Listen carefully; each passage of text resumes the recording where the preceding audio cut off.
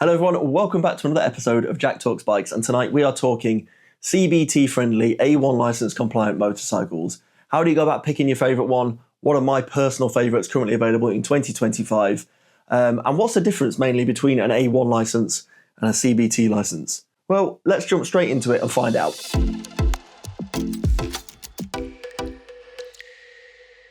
So before we talk about the best 125 bikes, we need to talk about what you're actually allowed to ride, because we're covering both the CBT and A1 license at the same time here.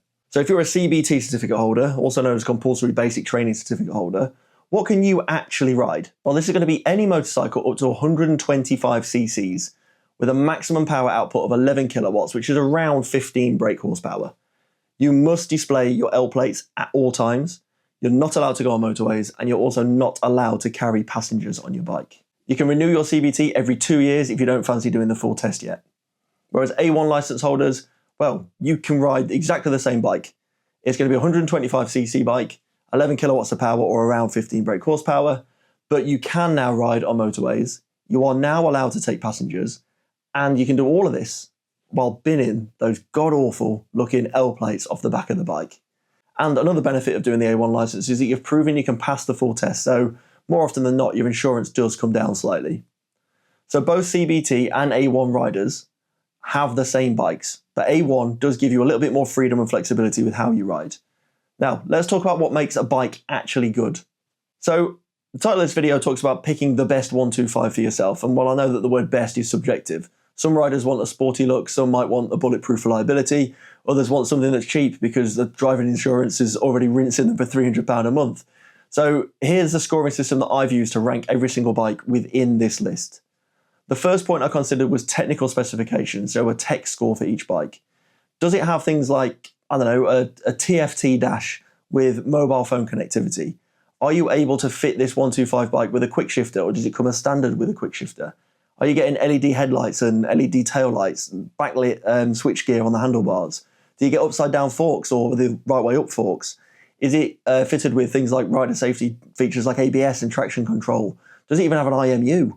Do you get adjustable suspension, slipper clutch? There's a whole raft of things to consider when looking at a bike. And all the ones I've just mentioned are the features that are going to make a 125 feel like a proper motorbike. The second scoring criteria I considered was price and value. So that's more than just the registered retail price of the vehicle. I'm looking at things like running costs on top of that. Features versus what you pay for. Are you just paying for the badge, or are you getting a plethora of tech specs that you can really brag about? And also, one of the ones that people overlook is depreciation. Because usually when it comes to 125s, it's someone's first bike, and money really does matter. So I had to take that into consideration. Number 3 is reliability and brand support. So how big is the dealer network? Are parts readily available for this bike? How long is the warranty when you're buying the bike from new? And what are owners saying about the bike? Have they had to put in multiple warranty claims, or have they had to have no contact with the dealership beyond servicing? Because if you're commuting every day, what you want from your bike is something that's going to start on the button. You don't want to be praying every morning that when you hit that button, it's not going to start. You just want to make sure the bike is going to start every single time. The fourth point I considered was styling and sex appeal. So does the bike look good? Is it a sporty, full-fare type kind of bike like the YZF-R125, or is it a naked Street Fighter-esque looking bike like the MT-125? Is this bike going to turn heads, or will it make people ask, have you borrowed your little brother's bike? The fifth point was owner's experience. So based on owner's reviews and things like looking at their real-world fuel economy for the bikes, considering what they've actually said about how comfortable they were riding the bike and the real-world power that they experienced whilst on the bike, and the everyday usability, was it something that was comfortable and easy to commute on? Were they happy with the reality of the bike based on their real world experiences? So basically, what is it like to live with every single day? So yeah, that was my full marking criteria with this bike. A little bit of a deep dive into every single bike, considering all that information. And I've pulled together my top 5, but I've also included a bike that almost made it into the top 5, but didn't, because it's a bit of a wild card. It's a little bit of a different bike. So stick around whilst we go through this top 5 bikes. At the very end, I'll show you the wild card bike, and why I think this is one that should definitely be considered. And I think that people are overlooking it maybe for a number of reasons. So starting at 5, we have got the Honda CB125F. These ranked ultimately because of their incredible reliability and their running costs. The tech specs are pretty good. It's not an amazing spec, highly specification bike, but that's reflected in the price. It is a simple, bulletproof, air-cooled bike. It is returning regular 100 plus miles to the gallon fuel economy by all riders reporting on this one. You're getting that renowned Honda build quality. You get a nice, safe seat height, low seat height, very beginner-friendly, approachable bike. It's not the flashiest, it's not the torquiest of bikes, but if you want a bike that's going to start every single day, then Honda is the way. It's cheap to insure, it's cheap to service, parts are absolutely everywhere. And like I say, if you want peace of mind, well, Honda's the bike you have to buy.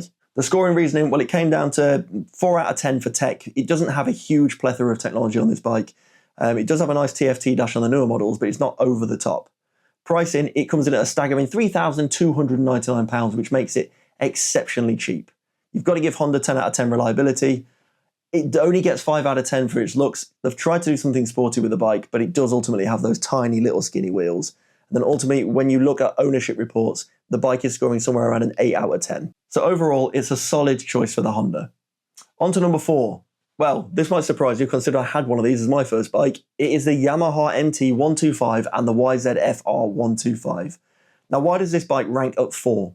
Well, again, you're getting top tier build quality, great styling, and a specs list that will make your mates jealous. You get variable valve actuation, or VVA as they call it, which is basically Yamaha's version of VTEC Yo from Honda's. This provides a good low-end torque and top-end power where you really need it. And it's really helpful on a 125 because ultimately you're going to need all the help you can get with only 15 brake horsepower. You get LED headlights, you get an absolutely fantastic chassis, very playful bike to ride around on.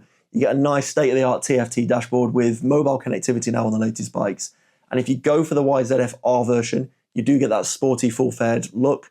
You can go down the road of the naked in the MT, like I mentioned. And also there's an honourable shout-out for the XSR125 if you fancy something a bit more retro.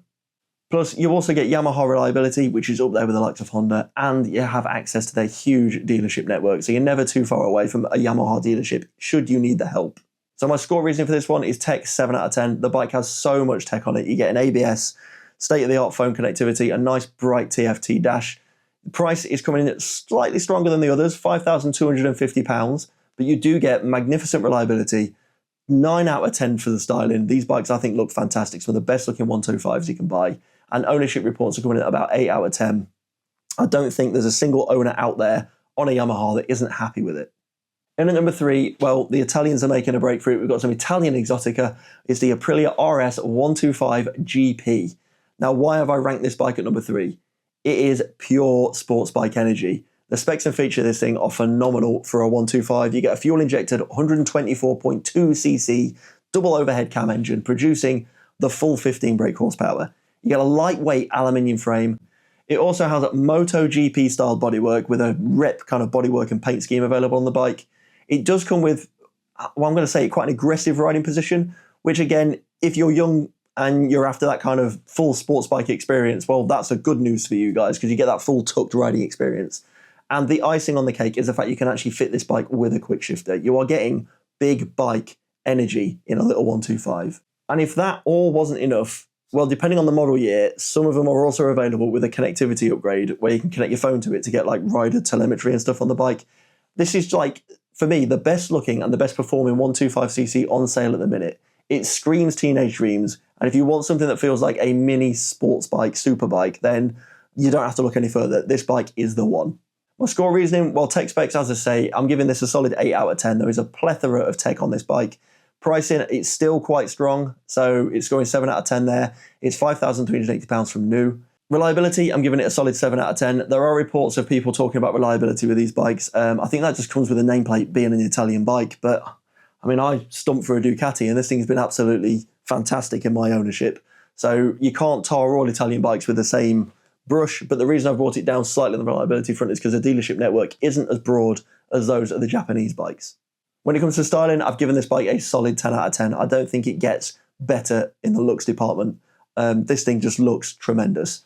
And then from the ownership reports, again, there's not many people out there riding them that I could get too much information from, but those that do have them absolutely love them. So I'm giving it a 7 out of 10. So in at number 2, we're back to the Japanese manufacturers. It's the Suzuki GSX-R125 or the GSX-S125, the naked version. So why have I ranked it here? Well, this is actually the lightest in class and has a fantastic real-world performance with some great specs and features. Like I say, you're getting that class-leading lightweight chassis. It has a double overhead cam engine using the full 15 brake horsepower. You get a full LCD dash, excellent miles per gallon. And as I've mentioned, it comes in both naked and sports forms, with the GSX-R being the sports one and the GSX-S being the naked. Great build quality, fantastic price, undercutting both of the Yamahas and the Aprilia options, as I mentioned, at just £5,199. This thing is a featherweight in the world, and it weighs a lot less than many of the other 125s out there, hitting just like, I think it's 134 kilograms, which should make it feel much more alive out on the road compared to its slightly heavier siblings and competitors, should we say. The scoring reason, well, tech, I've given it a 6 out of 10. It doesn't have as much as the Aprilia, but it is up there as one of the better bikes. Price and value, it takes the win hands down. This has got 9 out of 10. £5,199 is a bargain. Reliability, you get that Japanese reliability, 8 out of 10. Styling, 8 out of 10. Ownership reports, around a 9 out of 10. People rave about these bikes if they own them. So it's a good, solid second place for Suzuki. So, who's taken the first place slot then? Well, that is going to be the KTM Duke 125. So why has this bike won? And why didn't I buy one for my first bike? Because it has the best tech. I think it's got one of the best street presence. And it's just the most fun bike, on paper at least, when it comes to 125s. You're getting the maximum of 15 brake horsepower, so it's right on the legal limit. It's not like 14.7 or anything. It's 15 brake horsepower on the nose. It has a lightweight trellis frame, which looks incredible. You're getting state-of-the-art WP Apex upside-down front forks, so branded, good quality front forks, a TFT display, mobile phone connectivity as standard on these bikes, cornering ABS as well, which is something you just don't get on 125s. And you can also switch, if I'm right, you can switch some of that ABS down and put it into like supermoto mode, so you can go out there and do some mad skids. It is proper big bike ergonomics, great styling, a massive aftermarket scene. This is the closest I think you can get to a big bike without needing the big bike license. It's aggressive, it's modern, it's dripping in tech, and it looks absolutely stunning. And on top of all that, it's a bloody bargain because I think from new, they're £4,900. So that undercuts all bikes on this list apart from the Honda. My scoring reasoning, well, as I say, tech, it's dripping with it. 10 out of 10 for tech. Price and value, you can't beat it. 10 out of 10, £4,900. Reliability is the place where it does take a bit of a hit. You cannot go on the internet and the forums without finding someone telling you KTM's reliability is terrible. But what I would say is that KTM are working hard to rectify that by offering extended warranties on a lot of their bigger bikes. And they're really kind of working hard under their new ownership to make sure that reliability is at the forefront of everything that they're doing. So for me, it's probably worth taking the risk. Styling is 10 out of 10. Trellis frame, you just cannot go wrong with a trellis frame, can you? They just look the bee's knees. And then when it comes onto ownership reports, most owners are reporting these bikes are incredibly good fun. They really enjoy their little Duke 125s. It gives them like that big bike energy, big bike attitude. They are proper hooligan little bikes. And then ownership reports, 9 out of 10, because you just can't go online without finding a Duke owner that tells you they absolutely love their bike. These things, they just rank so highly on the 125 list. It is definitely one that you should go and consider. And for me, it's the one that I, if I was doing it again, would be buying. Now, before we jump to the wildcard pick, this bike that I've been talking about or alluding to that doesn't really fit the sporty street bike aesthetic as much, but it's a bike that I think you should definitely still consider if you're looking for something a bit different.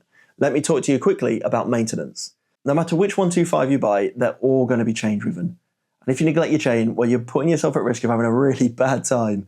Because if the chain's too tight, it could cause all kinds of damage to the gearbox. If the chain's too slack, it can cause all sorts of issues with it jumping off the sprocket, locking the rear wheel and putting you in a hedge, having a nasty accident, which you don't want to do. Now me, personally, I've always been relying on the guys at True Tension. They've always sorted me out with the kit that I need to make sure my bike is running in tip-top form. For example, their Chain Monkey is great for making sure that your chain is at the correct tension or slackened off just at the right amount.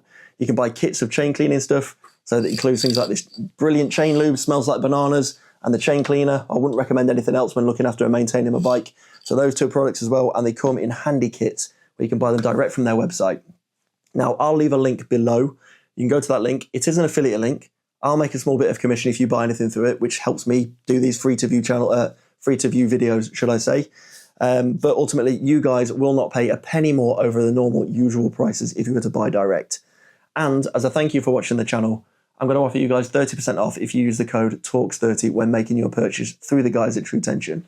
Go check them out. And if you're relatively new to riding and cleaning your chain is the first bit of maintenance you're going to learn and you're a bit concerned about how to go about doing it, it's not very complicated, but I've done a whole video on it. If you click the pop-up banner at the top, I'll take you through the steps of how to properly maintain and clean your chain using these products. So go check it out. Anyway, let's get on with the video. What's this wild card bike that I've mentioned? Now this one's a little bit different because I think everyone would have been expecting me to say a sports bike or a naked bike, but this one's a little bit more built for the explorers, should we say, those young wanderers. So this is the Sinnis Terrain 125 or T125. Why is this bike interesting to me? Well, it's because it's one of the only adventure style 125s currently available. It has a tall stance, so it's ideal for tall riders, very comfortable seat and a big windscreen for those people that want to do long distance cruising. It's not the most powerful. It's only 12.7 brake horsepower. So compared to the others on the list, it's going to lack in that performance area, but it's plenty enough to keep you going and get you to your destination. It has long suspension travel, which means it's great for little bits of green laning, getting off-road, going wild camping. It comes with luggage options, and it's great value for money. So if you're commuting across rough roads, back lanes, want to do a little bit of adventure riding, but you've only got yourself a 125 license, then this is a very comfortable 125 that feels like a mini adventure bike, and it's a really kind of fun left field choice. So why didn't it make the top 5? Well, it's heavier than most 125s, and it only has a very modest performance. So those two hand in hand, it's going to make it feel a bit sluggish compared to the others. But if speed and outright performance isn't your thing, and you want something a bit more capable of long distance cruising, then it could well be the bike for you.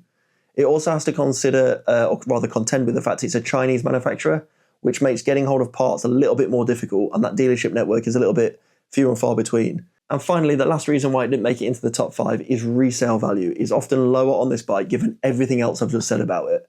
But that's only a problem if you're buying new. If you're buying used, you're going to get yourself an absolute bargain because some other poor souls dealt with the depreciation. This is one of the most affordable bikes out there. It's a great little alternative to all the usual naked street sports bikes available. It's a nice alternative. It's a cool option, and it absolutely earns its spot, in my opinion, as the wild card.